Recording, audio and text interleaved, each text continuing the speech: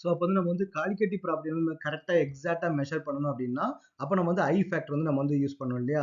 இப்போ delta DF which is equal to KF into M தான் நம்ம ஃபார்முலா படிச்சிருக்கிறோம். இந்த ஃபார்முலா நீங்கள் யூஸ் பண்ணீங்கன்னா கரெக்டான ஆன்சர் வந்து வராது. ஐ வந்து நம்ம வந்து யூஸ் பண்ணணும். அந்த ஐன்றதான் வேண்டர்கா ஃபேக்டர். அப்போ வேண்டர்கா ஃபேக்டர் வந்து நம்ம வந்து இன்னொன்று இன்ட்ரடியூஸ் பண்ணுறாரு. இந்த ஐ வேல்யூ நீங்கள் வந்து கரெக்டாக யூஸ் பண்ணால் மட்டும்தான் உங்களுக்கு வந்து எக்ஸாக்ட் ஆன்சர் வந்து நமக்கு வந்து வரும்னு சொல்கிறாரு. அப்போ அந்த ஐ வந்து பார்த்தீங்கன்னா இன்னும் நிறைய பேராமீட்டர் வந்து டிபெண்ட் பண்ணி இருக்குது. என்ன அப்படின்னு வந்து பார்த்தீங்கன்னா இப்போ நமக்கு என்ன ஆயிடுது, மாலிகுல் வந்து என்ன ஆகலாம், எதிர் வந்து பார்த்தீங்கன்னா அசோசியேட் ஆகலாம். ஓகே, அசோசியேட் வந்து ஆகலாம், இல்லைன்னா நமக்கு என்னன்னா டிசோசியேட் வந்து ஆகலாம். ஓகே, அப்போ நமக்கு வந்து அசோசியேட் ஆகலாம், நமக்கு வந்து டிசோசியேட் ஆகலாம். அப்போ அசோசியேட் ஆச்சுன்னா ஐயோட வேல்யூ நமக்கு வந்து எப்படி வரும்னு பார்த்தீங்கன்னா இப்போ ஐ ஈக்குவல் டு பார்த்தீங்கன்னா 1 - α/2 வந்து வரும். அப்போ வந்து பார்த்தீங்கன்னா டிசோசியேட் ஆச்சு அப்படின்னு வந்து பார்த்தீங்கன்னா ஐ ஈக்குவல் டு ஐயோட வேல்யூ நமக்கு என்ன வரும்னு பார்த்தீங்கன்னா அப்போ ஐ இஸ் ஈக்குவல் டு நமக்கு என்ன பார்த்தீங்கன்னா 1 + ஆல்ஃபா. அப்போ இங்கே வாட் இஸ் ஆல்ஃபா, இங்கே ஆல்ஃபான்றது நமக்கு என்னன்னு பார்த்தீங்கன்னா இப்போ ஃபார் எக்ஸாம்பிள் பார்த்தீங்கன்னா NaCl வந்து இருக்கு இல்லையா. அப்போ NaCl நமக்கு என்ன ஆகும் பார்த்தீங்கன்னா Na + வந்து நமக்கு வந்து பிரியும். ஓகேவா. இப்போ நான் 100 மாலிகுல்ஸ் போடுறேன் அப்படின்னா அந்த 100 மாலிகுல்ஸும் Na + Cl- நமக்கு வந்து பிரிஞ்சிருச்சுன்னா அப்போ ஐயோட வேல்யூ நமக்கு என்ன வரும்னு பார்த்தீங்கன்னா ஆல்ஃபாவோட வேல்யூ நமக்கு என்னன்னு பார்த்தீங்கன்னா 1.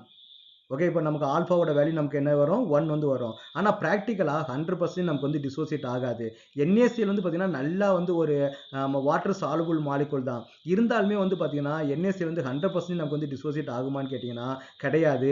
மேபி 99 இல்லைனா ஒரு 95 அவ்வளோதான் நமக்கு வந்து டிசோசியேட் ஆகும். அப்போ ஆல்ஃபாவோட வேல்யூ நமக்கு கிட்டத்தட்ட பார்த்தீங்கன்னா 0.95 வந்து நமக்கு வந்து வரும். ஓகேவா. அப்போ அது எந்த அளவுக்கு அசோசியேட் ஆகுது, எந்த அளவுக்கு நமக்கு வந்து டிசோசியேட் ஆகுது.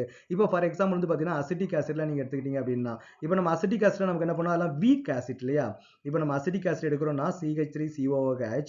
அசிட்டிக் ஆசிட் நமக்கு வந்து வீக் ஆசிட். அப்போ நம்ம என்ன ஆகும் பார்த்தீங்கன்னா CH3COO- ப்ளஸ் H+ நமக்கு வந்து பிரியும். இதுக்கெல்லாம் நீங்கள் ஆல்ஃபா வேல்யூ பார்த்தீங்கன்னா 0.056 அந்த மாதிரி தான் நமக்கு வந்து இருக்கும். எப்போ பார்த்தீங்கன்னா இந்த ஆல்ஃபான்றது வந்து பார்த்தீங்கன்னா எந்த அளவுக்கு டிசோசியேட் ஆகுது. அப்போ டிசோசியேட் ஆகும்போது நம்பர் ஆஃப் பார்ட்டிகல் வந்து அதிகமாகுது. அதனால காலிகேட்டிவ் ப்ராப்பர்ட்டி நமக்கு வந்து வேல்யூ ஆகுது. அப்போ அது டிசோசியேட் ஆகுதும் பெர்ஃபெக்ட்டா டிசோசியேட் ஆகுமான்னு பார்த்தீங்கன்னா இல்லை பெர்ஃபெக்ட்டா அசோசியேட் ஆகுமான்னு பார்த்தா பார்க்காது. சம் பர்சன்டேஜ் தான் டிசோசியேட் ஆகும் அல்ல அசோசியேட் ஆகும்.